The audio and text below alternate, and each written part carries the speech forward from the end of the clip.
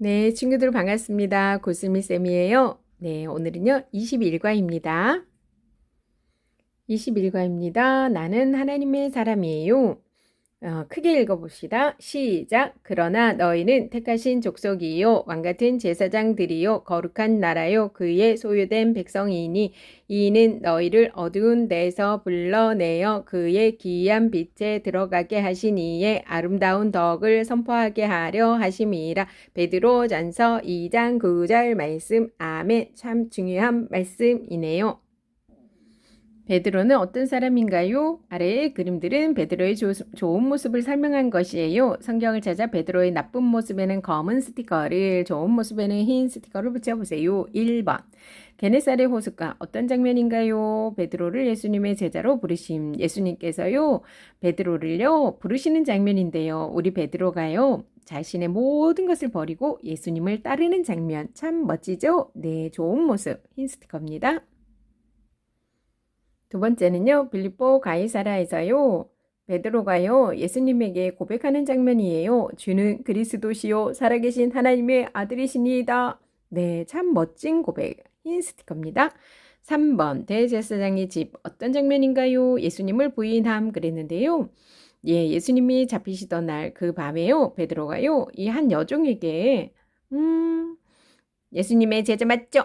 이랬더니 나 그런 사람 몰라요. 나 몰라. 나 아니야. 이러고 부인하는 장면. 참 나쁜 모습이다. 그죠? 검은 스티커입니다. 4번입니다. 예루살렘 어떤 장면인가요? 예루살렘요. 베드로가요. 마가의 다락방에서요. 기도하고 성령 충만 받아서요. 네, 담대하게 복음을 전하는 장면이에요. 복음 전도 너무 멋지죠? 네, 흰 스티커 붙였습니다. 네, 베드로전서 2장 9절 말씀처럼요. 베드로가요, 어두운 모습에서, 실패한 모습에서 빛 대신 성공한 모습으로 바뀔 수 있었던 이유는요. 베드로가 어둠에서 빛으로 부르신 예수님을 알았기 때문입니다. 베드로는요, 어둠에서 빛으로 부르신 예수님을 만난 이후 자신이 누구인지 알았어요. 정체성을 찾은 거죠. 그것처럼요, 우리도요, 우리가 예수님을 믿고 난 후 우리의 신분이요, 정말, 거지가 아닌 정말 왕의 신분으로, 왕의 자녀로 바뀌었다는 거예요. 네, 요한복음 1장 12절 말씀. 나는 하나님의 자녀예요. 영접하는 자, 곧 그 이름을 믿는 자들에게는 하나님의 자녀가 되는 권세를 주셨답니다. 네, 예수님을 믿음으로 말미암아 우리는 하나님의 자녀가 되었어요. 네, 우리가 하나님의 자녀답게 살려면 어떻게 해야 될까요? 네, 우리가 하나님의 자녀 어떤 마음을 품어야 할까요? 용서하는 마음, 불쌍히 여기는 마음 등이 있을 거고요. 하나님의 자녀로서 어떤 생각을 해야 할까요?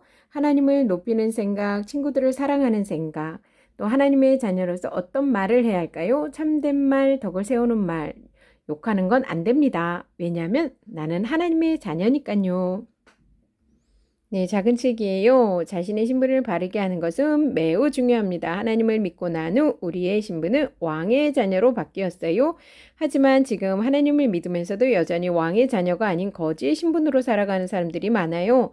이들은 세상 사람들과 구별됨이 없이 살아가기 때문입니다. 욕하고 비난하는 언어 생활이 아니라 칭찬하고 사랑하는 언어 생활 되도록 우리 노력해야 되겠습니다.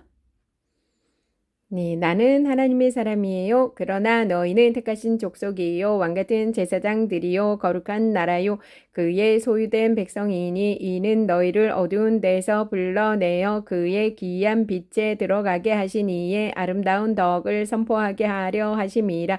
베드로전서 2장 9절 말씀. 아멘. 자신이 누구인지를 분명하게 알고요. 예수님을 바로 알고 믿을 때 내가 하나님의 자녀인 것을 압니다.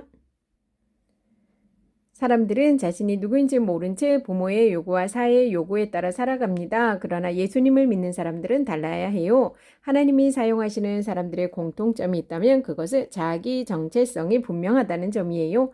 예수님의 제자 베드로도 예외가 아니었어요. 예수님을 따르는 우리가 어떤 존재인가요? 사도 베드로는요. 우리는 하나님의 택하신 사람들이라고 했어요. 또한 제사장이라고 했고요. 고귀한 사명을 감당하도록 선택받았고 거룩한 백성이 되도록 선택받았다고 합니다. 이를 통해 하나님의 일을 하고 하나님을 위해 말하는 그분의 도구로 선택받은 사람이라고 합니다. 베드로는요. 예수님을 바로할 때 자신이 누구인지 알았어요. 세상과 마귀의 자녀가 아니라 하나님의 자녀인 것을 알았습니다. 네, 우리 친구들 하나님의 자녀인 것을 분명하게 깨달읍시다. 왕같은 제사장 베드로전서 2장 9절 제사장은요 하나님과 사람 사이에서 중보적인 역할을 했던 사람이에요.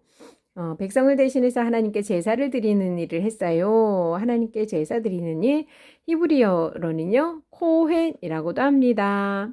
이런 거 시험 문제 나올 수도 있어요. 하나님을 섬기는 제사장이라는 의미를 가집니다. 성경에서 제사장의 모습은요. 성경시대 초기에 자신을 위해 제사 드렸던 아담, 가인, 아벨, 노아, 아브람 등으로부터 찾을 수 있는데요. 이외에도요. 가족을 위한 제사장으로 일했던 가장들이 있었어요. 국가를 위해 제사장으로 뽑혔던 아론 계열의 제사장도 있었네요. 네, 하나님의 교회를 위한 제사장이셨던 예수님 등이 있습니다. 오늘날 믿는 모든 사람들은 영적 제사장이에요. 네, 가족을 위한 제사장이 있었고요. 국가를 위한 제사장이 있었고요. 하나님의 교회를 위한 제사장이 있었네요. 베드로는요, 예수님의 수제자예요. 예수님의 수제자인 베드로도 나쁜 모습도 있고 좋은 모습도 있었어요. 1번 장면이에요. 베드로가요, 게네사렛 호숫가에서 예수님의 제자로 부름받는 장면이에요. 베드로는요, 예수님을 따르기 위해 자신의 모든 것을 버리고 예수님을 따라갔어요. 멋진, 참 좋은 모습이네요. 두 번째 장면은요, 빌립보 가이사랴라는 지방에서요, 예수님을 주는 그리스도시요 살아계신 하나님의 아들입니다 하고 고백하는 장면이네요. 베드로는요 다른 사람들과 달리 예수님을 향해 바르게 자신의 신앙 고백을 했어요. 좋은 모습입니다. 세 번째 장면은요. 예수님이 잡히시던 날 밤 베드로가 대제사장의 집에서 여자아이 종에게 예수님을 모른다고 부인하는 장면이에요. 베드로 왜 그랬을까요? 너무 무서워서 그랬어요. 예수님을 모른다고 말했네요. 네, 참 나쁜 모습이다, 그죠? 네 번째 장면은요. 베드로가 마가의 다락방에서 성령님을 만나고 난 후 성령으로 충만하여서요 복음을 전하는 장면이에요. 복음 전도하는 장면. 베드로는요 성령님의 능력을 통해 많은 일들을 하였네요. 아이고야, 많은 일들을 했어요. 좋은 모습입니다. 네, 베드로는 예수님을 모른다고 실수를 한 적도 있었지만 끝까지 예수님을 따라갔던 제자예요. 베드로는요, 예수님이 자기와 함께 있지 않을 때는 나쁜 모습으로 나타났어요. 반대로 예수님이 베드로와 함께 계실 때는요, 좋은 모습으로 나타났어요. 실패한 모습이 아닌 성공한 모습으로 나타날 수 있었던 것은 예수님과 함께 있었을 때예요. 네, 베드로가요, 이렇게 좋은 사람인가 나쁜 사람인가 구분하기 위해서 우리가 하는 것이 아니라 베드로의 정체성을 찾기 위한 활동이랍니다. 베드로가요, 어둠, 실패한 모습에서 빛, 성공한 모습으로 바뀐 삶을 살아갈 수 있었던 이유는 무엇일까요? 베드로전서 2장 9절 다 암송하시죠? 베드로는요, 어둠에서 빛으로 부르신 예수님을 알았기 때문이에요. 4번입니다. 베드로를 통해 예수님을 믿는 사람은 어둠, 나쁜 모습에서 빛, 좋은 모습으로 변화되었음을 알게 되었어요. 뿐만 아니라 어둠에서 빛으로 부르신 예수님을 통해 내가 하나님의 자녀가 되었음도 알게 되었어요. 베드로는 예수를 믿는 사람들에게 자신이 누구인지를 알게 하기 위해서 베드로 전서를 기록하였네요. 아이고야. 베드로 전서를 기록하였어요. 그러면 우리는요, 누구인가요? 베드로 전서 2장 9절. 네, 하나님이 택하신 족속이요, 왕같은 제사장이요, 거룩한 나라요, 하나님의 소유가 된 백성이라고 부른답니다. 예수님을 믿는 우리의 모습을 한마디로 말하면 어떻게 말할 수 있을까요? 요한복음 1장 12절 말씀처럼요. 영접하는 자, 곧 그 이름을 믿는 자들에게는 하나님의 자녀가 되는 권세를 주셨으니 나는 누구라고요? 네, 하나님의 자녀예요. 베드로는요, 성경을 통해 예수님을 믿는 사람이라면 하나님의 자녀임을 확인시켜 주셨어요. 죄로 말미암아 어두운 가운데 살아갈 수밖에 없는 우리를 예수님 때문에 빛된 삶을 살아가는 하나님의 자녀로 만들어 주셨어요. 하나님의 자녀가 된 사람은 기뻐해야 해요. 그리고 하나님의 자녀답게 살아야 해요. 2번, 우리는요, 예수님 때문에 하나님의 자녀가 되었어요. 하나님의 자녀는 하나님의 자녀답게 살아야 해요. 어떻게 하면 하나님의 자녀답게 살아갈 수 있을까요? 하나님의 자녀는요, 어떤 마음을 품어야 할까요? 또 어떤 생각을 하고 어떤 말을 해야 할까요? 1번, 하나님의 자녀로서 품어야 할 마음, 용서하는 마음, 불쌍히 여기는 마음 등이 있고요.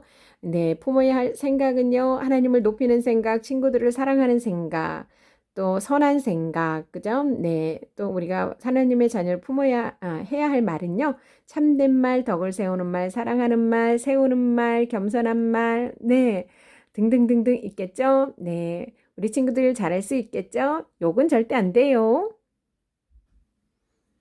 누가복음 5장입니다. 여기서는요, 게네사렛 호숫가에서요, 예수님께서요, 베드로를요, 네, 부르시는 장면이네요.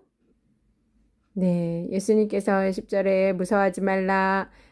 이제 후로는 내가 사람을 취하리라. 네, 이렇게 말씀하실 때 그들이 배들을 육지에 대고 모든 것을 버려두고 예수를 따르니라. 네, 베드로가요, 모든 것을 버리고 예수님을 따르는 장면입니다. 한번 읽어보세요.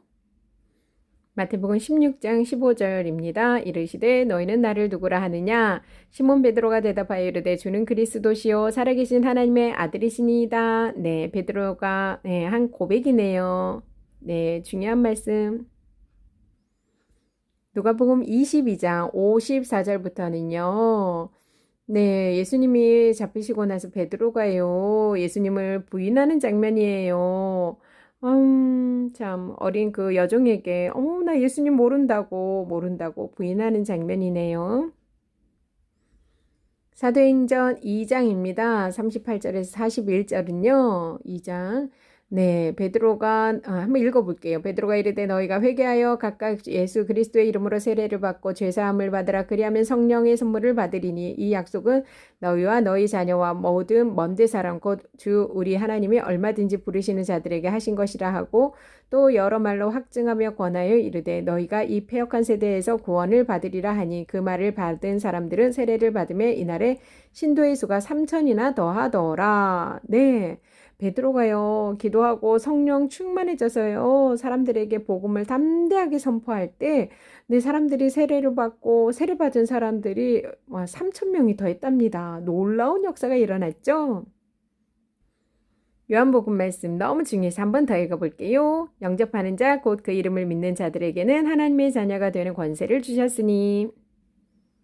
베드로전서 2장입니다. 오늘 암송 말씀이죠. 같이 읽어볼게요. 그러나 너희는 택하신 족속이요 왕같은 제사장들이요 거룩한 나라요 그의 소유가 된 백성이니 이는 너희를 어두운 데서 불러내어 그의 기이한 빛에 들어가게 하신 이의 아름다운 덕을 선포하게 하려 하심이라. 아멘. 네, 퀴즈 풀어볼게요. 1번 예수님께서 어디에서 말씀을 전하고 계셨나요? 1절 게네사렛 호숫가. 2번 베드로가 처음에는 고기를 잡지 못했는데요. 예수님 말씀에 순종하니 어떻게 되었나요? 5절 6절. 네, 말씀에 의지하여 그물을 내렸더니요. 고기 잡은 것이 시위 많아 그물이 찢어졌대요.